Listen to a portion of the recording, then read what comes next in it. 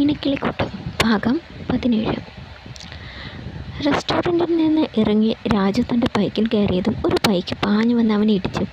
രാജു ബൈക്കോടെ നിലത്ത് വീണു. അവൻ ആകെ ഒന്ന് പകച്ചു. എവിടെ നോക്കിയാണോ വണ്ടി ഓടിക്കുന്നത്? ചാടി എഴുന്നേറ്റ് ദേഷ്യത്തോടെ അവൻ ചോദിച്ചു. അപ്പോഴാണ് അവനെ ഇടിച്ചിട്ടവനെ അവൻ കണ്ടത്. വരുൺ ജ്വലിക്കുന്ന കണ്ണുകളോടെ അവനെ നോക്കി. രാജു ഒന്ന് പരിങ്ങി.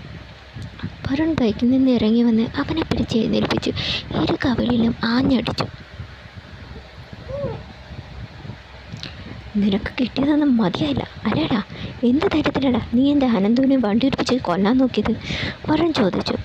വരുൺ വെറുതെ വേണ്ടാത്തതോരൊന്ന് പറഞ്ഞ് പ്രശ്നമുണ്ടാക്കിയാലുണ്ടല്ലോ, ഈ രാജു ആരാണെന്ന് നീ ശരിക്കും അറിയും, അവൻ പറഞ്ഞു. വരുൺ ഓടിവന്ന് അവൻ്റെ നെഞ്ചിൽ ആഞ്ഞു ചവിട്ടി. രണ്ടുപേരും കൂടി അടിയായി. ആളുകൾ ഓടിവന്നു. സെക്യൂരിറ്റിക്കാർ വന്ന് ഇരുവരെയും പിടിച്ചു മാറ്റി.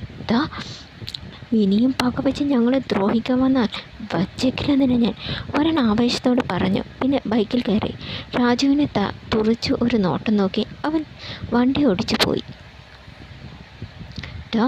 നീയും കുറിച്ച് വെച്ചോ, ഇപ്പോൾ തന്നെ ഈ അടിക്ക് നിനക്കൊരു മുട്ടം പണി തന്നെ ഞങ്ങൾ തരുന്നുണ്ട്, രാജു പകയോടെ പറഞ്ഞു.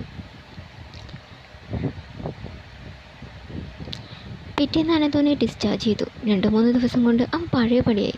അങ്ങനെയിരിക്കെ ഒരു ദിവസം ബെല്ലടിക്കുന്ന ശബ്ദം കേട്ട് വസുമതി പുറത്തേക്ക് വന്നു. പോസ്റ്റ്മാനെ കണ്ട് അവളുടെ ഉള്ളൊന്ന് കാളി. എന്താ, വിശ്വനാഥൻ സാറല്ലേ? ഒരു കൊറിയറുണ്ട്. അപ്പോഴേക്കും വിശ്വനാഥനും ഭാര്യയും അവിടേക്ക് വന്നു.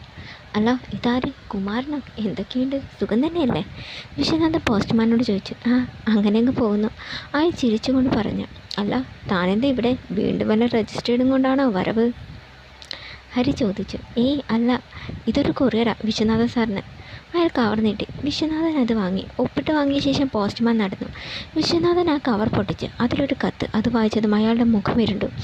കണ്ണുകൾ ചുവന്നു. കോപത്തോടെ അയാൾ അലറി. ആ അലർച്ച കേട്ട് തേവർ മഠം ആകെ തരിച്ചു നിന്നു. ശബ്ദം കേട്ട് എല്ലാവരും അവിടേക്ക് വന്നു. എന്താ പ്രശ്നം? ഹരി ചോദിച്ചു. അയാൾ മകനെ തുറച്ചു നോക്കി. പിന്നെ തിരിഞ്ഞ് അനന്തുവിനെയും വീണയെയും നോക്കി. ആ നോട്ടം കണ്ട് ഇരുവരും ഒന്ന് ഭയന്നു. അയാൾ അവളുടെ നേരെ നടന്നു. എന്താ മുത്തശ്ശ? അനന്ത് പതർച്ചയോടെ ചോദിച്ചു. അയാൾ കത്ത് അവന് നേരെ നീട്ടി. അവനത് വാങ്ങിച്ചത് ഞെട്ടിപ്പോയി. ഭയന്നുകൊണ്ട് അവൻ പതിയെ മുഖമുയർത്തി കള്ളനോട്ടം നോക്കി. അയാൾ കവറിനുള്ളിൽ നിന്ന് കുറച്ച് ഫോട്ടോസ് എടുത്ത് അവർക്ക് നേരെ നീട്ടി. അത് കണ്ട് രണ്ടുപേരും കിണങ്ങി. വീണയും വരുണും കൂടിയുള്ള ഫോട്ടോസ്. എല്ലാവരും ഞെട്ടിത്തരിച്ചു നിന്നു. വീണ ആകെ തരിച്ചു പോയി. ഇതൊക്കെ സത്യമാണോ? നീയും ആ പയ്യനും തമ്മിൽ ഇഷ്ടത്തിലാണോ? വീണ മുഖം കുഴിച്ച് നിന്ന്. ചോദിച്ചത് കേട്ടില്ലേ? അയാളുടെ ശബ്ദം ഉയർന്നു.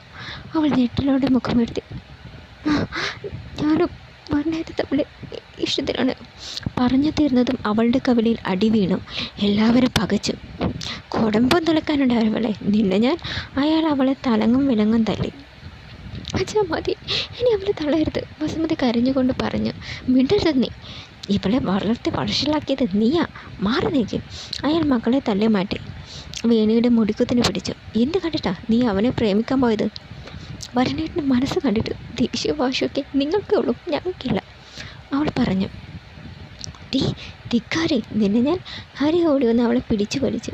എന്തൊക്കെയായാലും ശരി, നിർത്തിക്കോണം. അല്ല, അവൻ്റെ കൂടെ ജീവിക്കുക എന്ന് നീ സ്വപ്നം പോലും കാണണ്ട. ഞങ്ങൾ ജീവിച്ചിരിക്കുമ്പോൾ അത് നടക്കില്ല, ഹരി പറഞ്ഞു. അതിന് മാത്രം എന്ത് തെറ്റാണ് ഞങ്ങൾ ചെയ്തത്? ഒരാൾ സ്നേഹിക്കുന്നത് ഒരു തെറ്റാണോ? വീണി ദേഷ്യത്തോടെ ചോദിച്ചു. സ്നേഹിക്കുന്നവർക്കെല്ലാം ഒരു തെറ്റില്ല, പക്ഷെ തനിക്ക് ചേരാത്ത ഒരുവനെ സ്നേഹിക്കുന്നത് തെറ്റ് തന്നെയാണ്, ഹരി പറഞ്ഞു.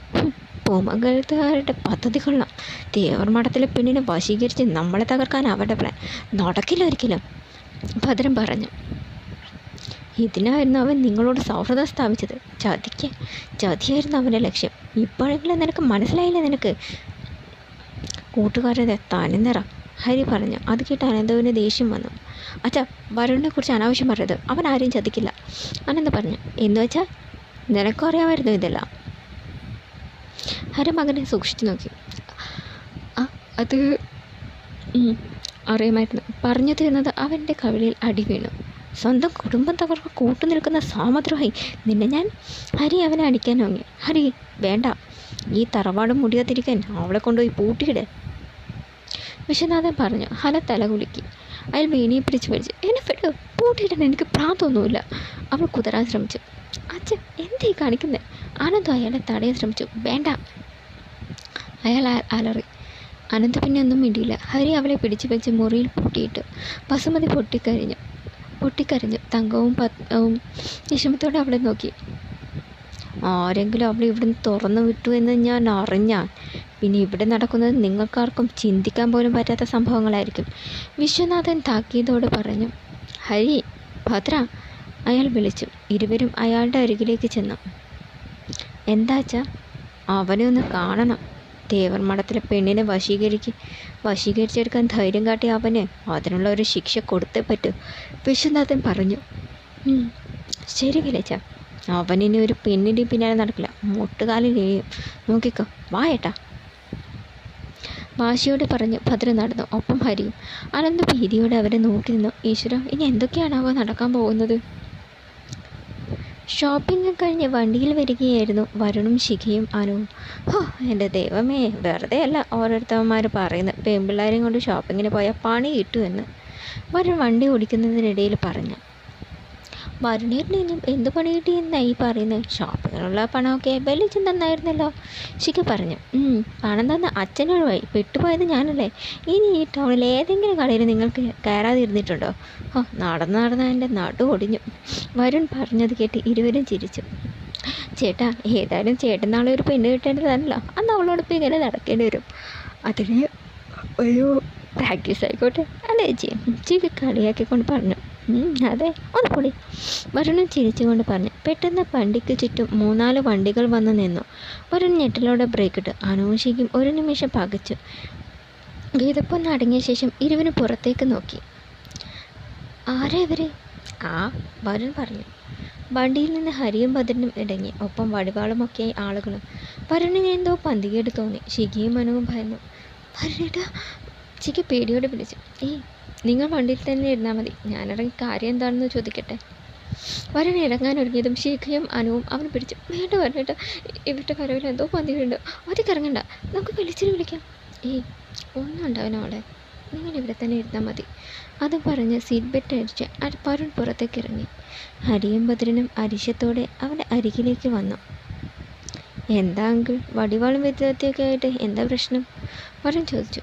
പ്രശ്നം എന്താണെന്ന് നിനക്ക് അറിയണം അല്ലേ? എന്ത് ധൈര്യത്തിലാടാ നീ തേവർ മഠത്തിലെ പെണ്ണിനെ വശീകരിച്ചെടുത്തത്? ഭദ്രൻ ചോദിച്ചു. ശിഖ ശരിക്കും ഞെട്ടി. അനുവും വല്ലാതായി. വരുണിന് പക്ഷെ ഒരു കുലുക്കും ഉണ്ടായിരുന്നില്ല. ചേച്ചി, ഇത് പ്രശ്നം വലിച്ചിന് വിളിക്കുന്നതാണ് നല്ലത്. അനു ഒന്ന് ആലോചിച്ചു. നീ ഫോണെടുത്ത് വിളിക്ക്, അനു പറഞ്ഞു. ശിഖ വേഗം ഫോണെടുത്ത് വിനയൻ്റെ നമ്പർ ഡയൽ ചെയ്തു. ഫോണെടുത്തതും അവൾ വലിച്ച എന്നെ വിളിച്ച് കരഞ്ഞു. വിനയനെ എന്ത് പന്തിക്കേട് തോന്നി. എന്താ മോളെ? അയാൾ പരിഭ്രമത്തോടെ ചോദിച്ചു. വിളിച്ച, ഞങ്ങൾ തിരിച്ചു വരുന്ന വഴിക്ക് തേവർ മഠത്തുകാൾ വടികളൊക്കെ ആയിട്ട് ഞങ്ങളെ തടഞ്ഞു വെച്ചിരിക്കുക. വലിച്ച് വേഗം വാ, ശിഖ കരഞ്ഞുകൊണ്ട് പറഞ്ഞു. വിനയ ഞെട്ടി. എന്തിന്? ഒക്കെ പറയാം, വലിച്ച് വേഗം വാ. നിങ്ങളിത് എവിടെയുള്ളത്? കനാലിൻ്റെ അടുത്ത്. ഞാൻ ഉടനെ എത്താം. അയാൾ കോൾ കട്ട് ചെയ്തു. നകുല, ഉറക്കെയുള്ള വിളിക്കിട്ട് നകുലിനോട് വന്ന്. എന്താ ഏട്ടാ? നമ്മുടെ മക്കളെ ആ തേവർ മഠത്തുകാരെ വളഞ്ഞിരിക്കുകയാണത്ര. എന്തിന്? അതൊന്നറിയില്ല, നീ വേഗം നമ്മുടെ ആൾക്കാരെ വിളിക്കും, വിനയൻ പറഞ്ഞു. ശരി ഏട്ടാ, നകുല പറഞ്ഞു. അവർ ആളുകളുമായി തിരിച്ചു. പറയടാ, എന്തുദ്ദേശിച്ചില്ല നീ ഞങ്ങളുടെ വേണിമോളെ വശീകരിച്ചെടുത്തത്? ഹരി ചോദിച്ചു. ഞാനാരെയും വശീകരിച്ചെടുത്തിട്ടൊന്നുമില്ല, പിന്നെ വേണിയെ സ്നേഹിച്ചു. അതെന്തിനുദ്ദേശത്തിലാണ് എന്ന് ചോദിച്ചാൽ കല്യാണം കഴിച്ച് അന്ത്യസ്ഥായി കൂടെ പൊറപ്പിക്കാനാണ് എന്നുദ്ദേശിച്ച. വളരെ കൂസലില്ലാതെ പറഞ്ഞു. നിനക്ക് ഇത്രയ്ക്കും ധൈര്യമോ? അത് പറഞ്ഞ് ഹരി അവൻ്റെ കവിളിൽ കൈ ചുട്ടി ആഞ്ഞടിച്ചു. ശിഖയും മനുവും പുറത്തിറങ്ങി അവൻ്റെ അരികിലേക്ക് ചെന്ന്. അയ്യോ, ഒന്നും ചെയ്യില്ലേ, അവന് കരഞ്ഞുകൊണ്ട് പറഞ്ഞു.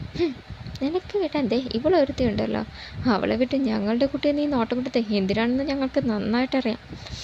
അത് വേണ്ട, നിർത്തിക്കോണമല്ല, ഇല്ലേ ഈ വടിവാള് നിൻ്റെ നെഞ്ചിൽ കയറി ഇറങ്ങും, ഭദ്രൻ ഭീഷണിയോട് പറഞ്ഞു. ഭദ്രമാമ, ഈ വരുൺ വിനയെ സ്നേഹിച്ചിട്ടുണ്ടെങ്കിൽ, അവളെ എന്നെ സ്നേഹിച്ചിട്ടുണ്ടെങ്കിൽ ആകാശം ഇടിഞ്ഞു വീണാലും ശരി, ഞാൻ അവളെ വിവാഹം കഴിച്ചിരിക്കും. താനെന്നല്ല, ആര് വിചാരിച്ചാലും അത് തടയാനാവില്ല, വരുൺ വീരോട് പറഞ്ഞു. ഭദ്രൻ്റെ മുഖം കോപം കൊണ്ട് ചോന്നു. അതിന് നീ ജീവനോട് ഭൂമിയിൽ ഉണ്ടായിട്ട് വേണ്ടേ? അതും പറഞ്ഞ് ഭദ്രൻ വടിവാളെടുത്ത് അവന് നേരെ പാഞ്ഞു. എല്ലാവരും ഞെട്ടി. അവൻ വടിവാൾ ഉയർത്തി ആഞ്ഞു വീശി. വരുണാ!